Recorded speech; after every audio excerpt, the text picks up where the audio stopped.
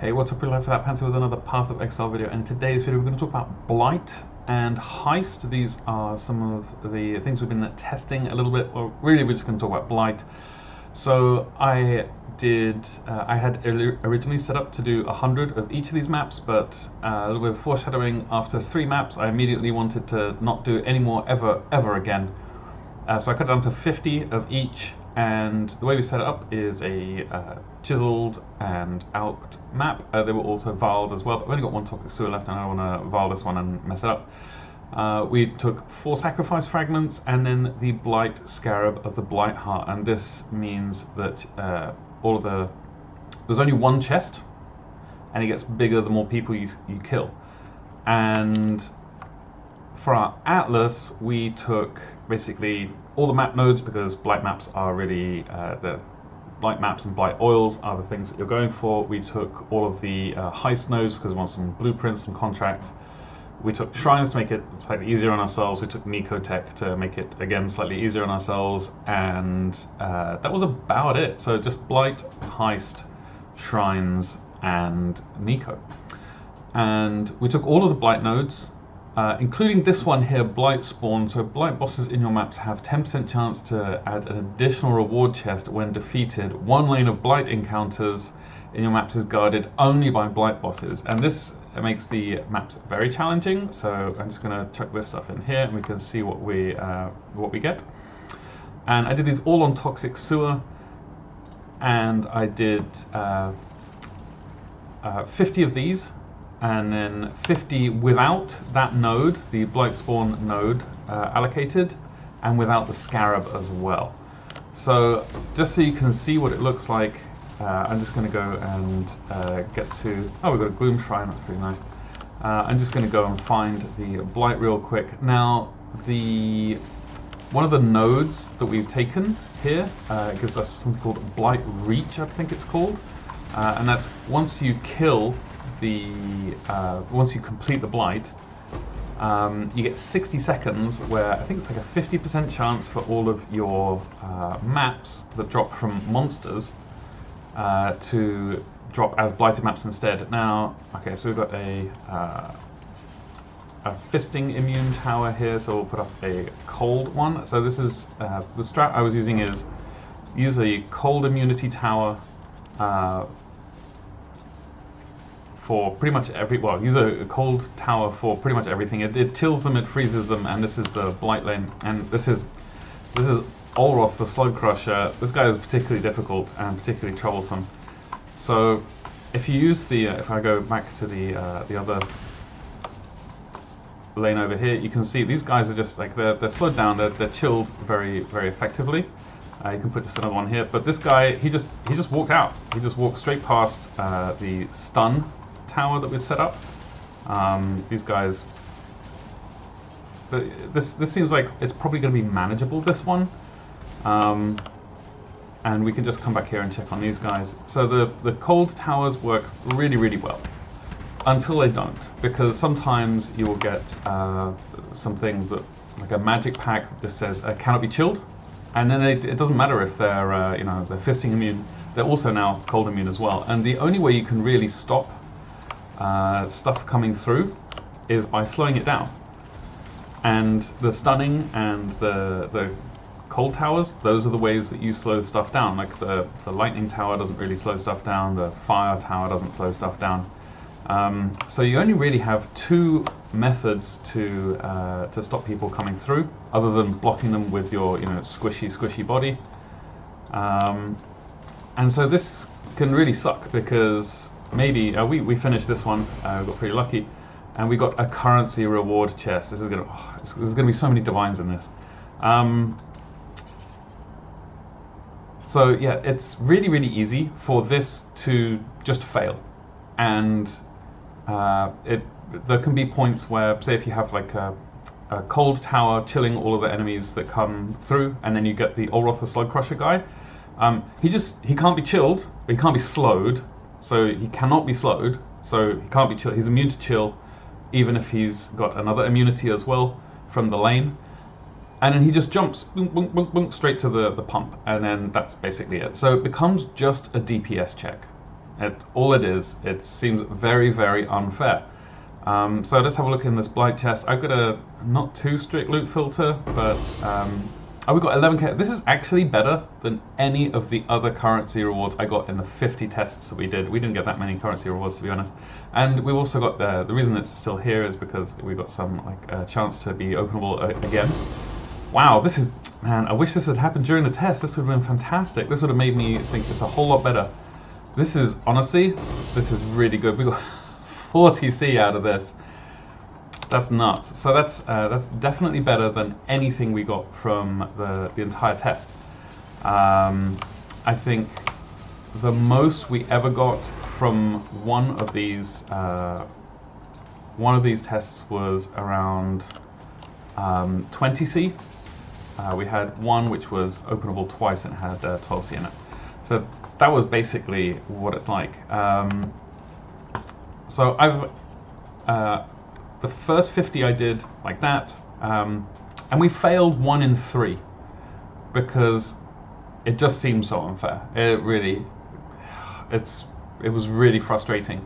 So 1 in 3 we failed. I only counted the 50 that we passed, and then the second set I simply took this node off, and I didn't use the Scarab. And I'm really happy that we got 40C. That was some extra money now.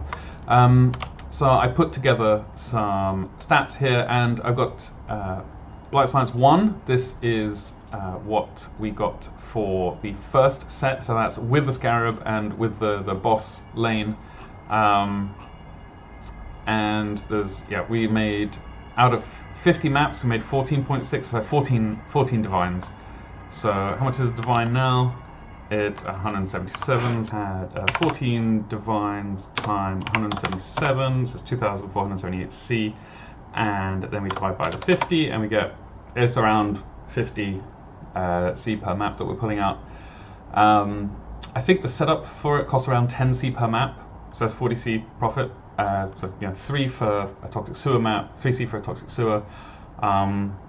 Around another 3 for Chisel Conval, mostly on chisels, and then a couple of C, the 4C for sacrifice fragments and the Scarab. So it was around 40C profit per map. Now, if we look at the results for the second set, and this is without the increased difficulty of the boss lane, and without extra money on the Scarab, which is the Blight Science 2 tab here, you can see on this we're at 22.5 divines. So let's say 22, because there's lots of things in here probably wouldn't sell, or there's lots of things that I'm going to sell in bulk, which probably get a bit more money for them. So that's 22 times 177 divided by 50 brings us to 75C per map profit. So the Scarab and the extra notable only increase the difficulty and do not give you extra money. In fact, they take money away. They take 25C away from you per map. And why is that? Well, you only get one lane with the notable, or with the Scarab. So when you only get one lane, you're going to only get the random the random option of what lane is it. Now, the reason I started on Toxic Sewer is because I was thinking perhaps in Toxic Sewer you use Blight because it's more likely that you get one lane when you're doing Blight, and if you only get one lane, then it's guaranteed to be a Blight rewards lane.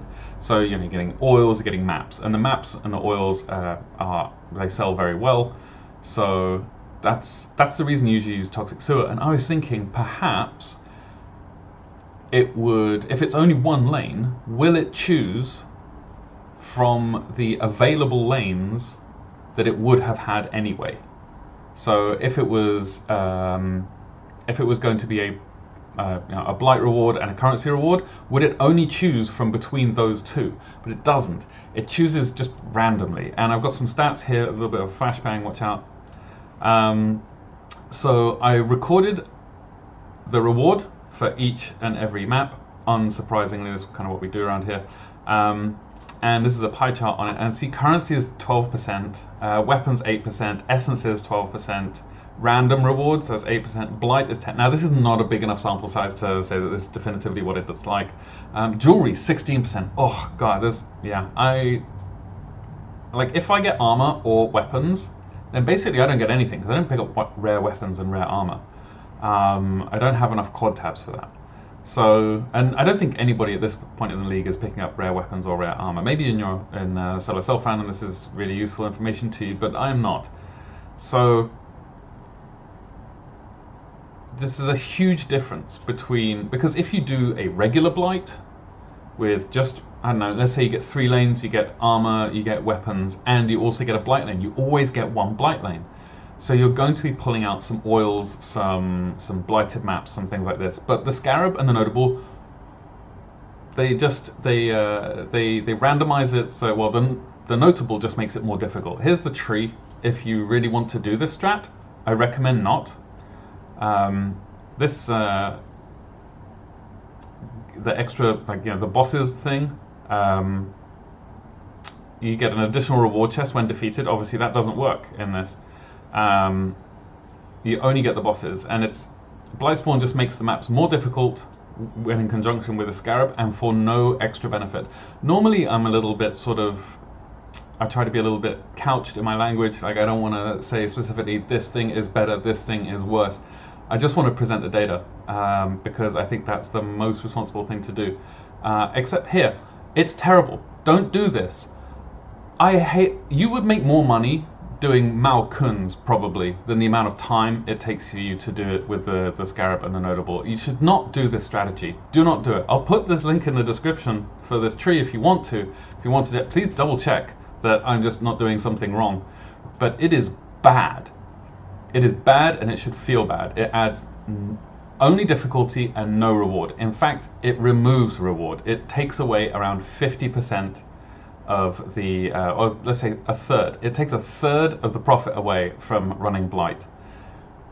I hated doing this. I would rather do Infinite Lake of Calandra than this. The second set of Blight was great. I really enjoyed that. It was just regular Blight and Toxic Sewer. I like Blight, but I don't like it when it just feels completely unfair and as if there's nothing I can do about it. A couple of interesting things to look at here. So the oils tab, this is just for oils. If you wanted to run this and see how good the Blight rewards are, for the second set where it was without the Scarab and without the Notable, we were almost at 6 divs on oils, and for the first set where it's, we're at 1 point something, 1.2 divs, 1.5 if we're feeling really lucky. So it just removes the amount of rewards you get. It's bad. Do not do this strategy. I cannot stress enough how poor of a strategy this is. But we wouldn't have found out, we wouldn't have known if we hadn't tested. So I think this is useful information for the community. Don't do what I did. Do something different instead. I'm trying out Alva now, it's a lot of fun. But yeah, that's it for me, everybody. I hope you learned something, which is don't use that Scarab. There was a reason it's 1C each. Don't use the Scarab, don't use the Notable when in conjunction with each other. It's terrible. Also, we recorded how many times we got the Nameless Seer as well because we're doing sets of 100 maps here. So we got 3 Nameless Seers in the first Harbinger Science we did, that was like a week ago, and we got 3 in this 100 as well for the Blight Science. So it's currently at 6 out of 200 maps that we're recording. So it seems it's around 3% chance for the Nameless Seer so far, but I'll keep us updated on that. Anyway, that's it. Thanks for listening to me rant about this. It's just bad. So with that, I hope you're kind to everyone you meet. I love you all very much. Don't do Blight. Cheers.